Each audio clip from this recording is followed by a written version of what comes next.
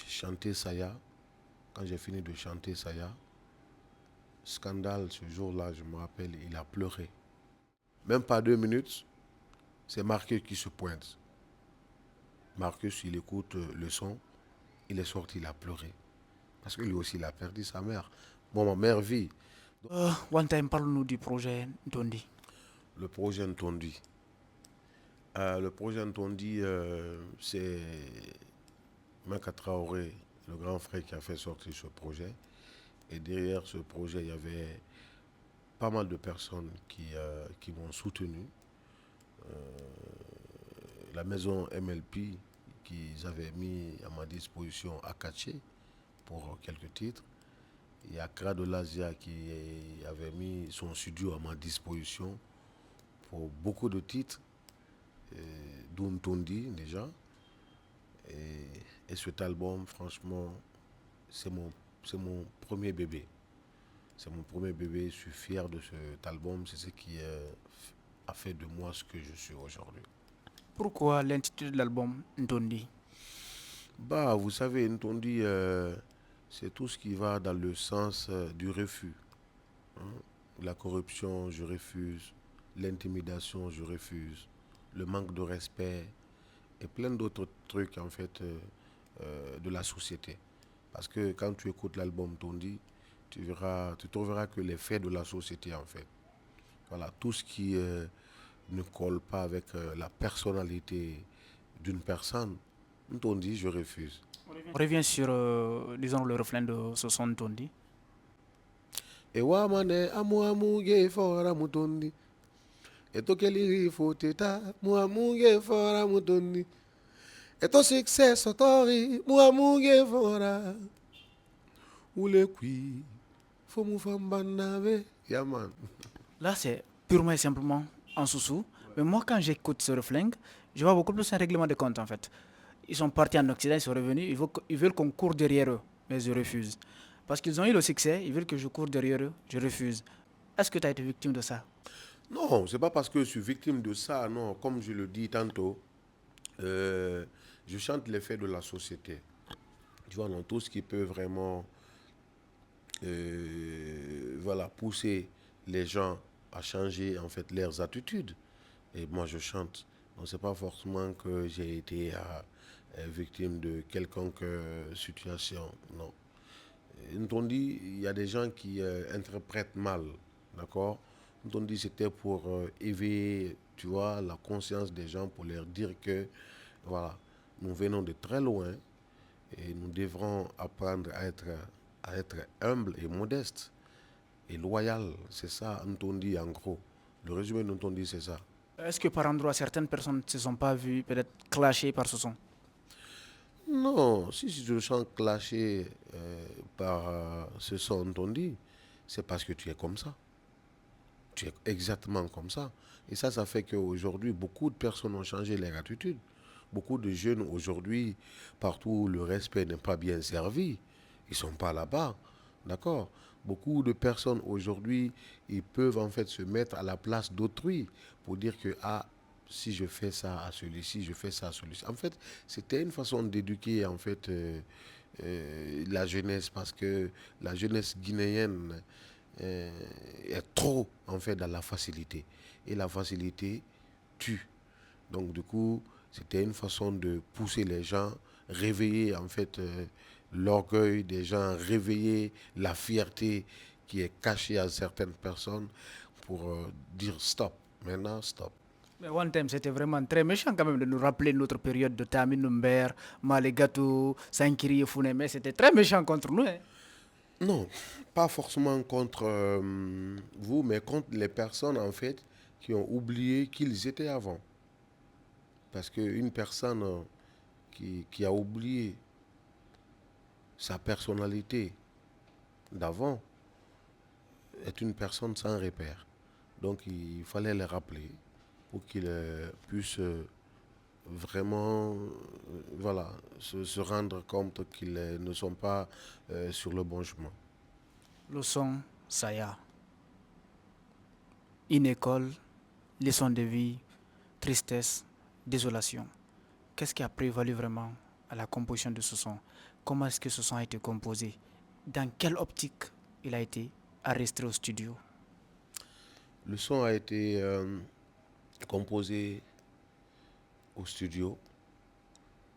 Quand on travaille, c'est pourquoi je dis que j'ai beaucoup appris en fait dans la musique. Avant, je venais, on met le beat, je chante.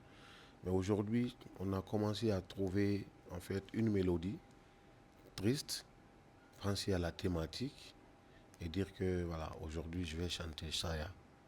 Donc comme vous le savez, chaque artiste, euh, il faut une direction artistique.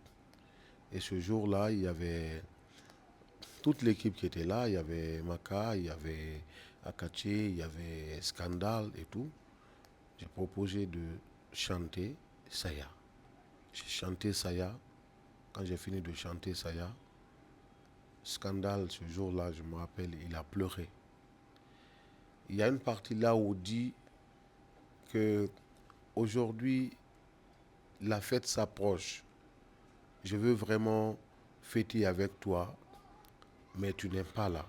Cette phrase-là, c'est venu de Scandal. C'est-à-dire, il disait que lui, quand, en fait, quand la fête s'approche, la seule chose, en fait, qui peut lui rappeler, en fait, de sa mère, c'est quand la fête s'approche et que vraiment, la fête de Tabaski, et que vraiment, chacun doit envoyer les moutons en famille.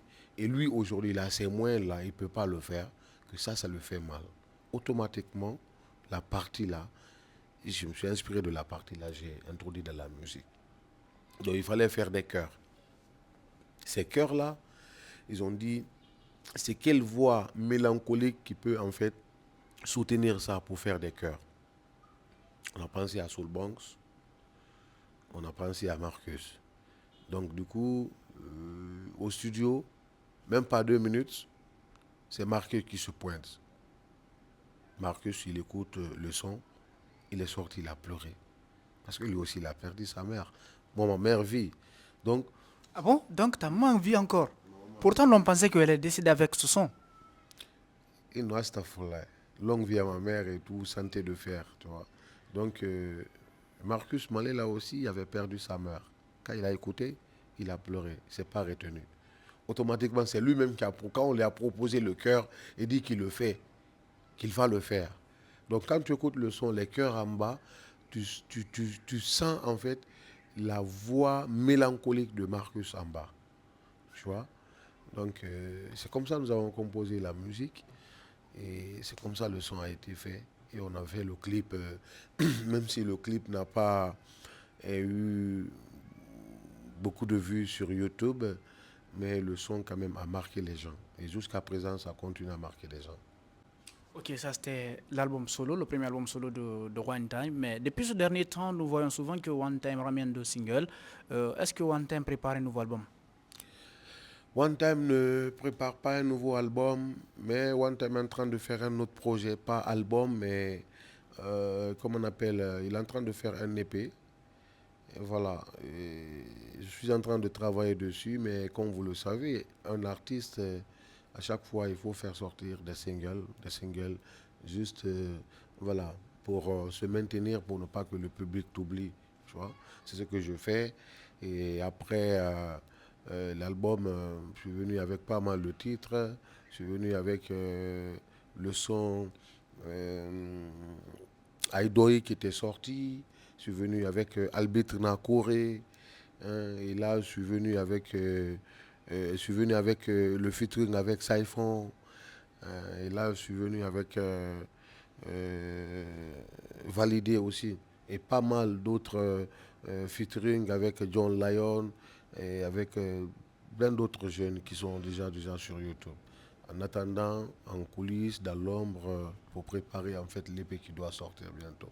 Quels sont les hauts et les bas que One Time a croisés dans sa vie d'artiste?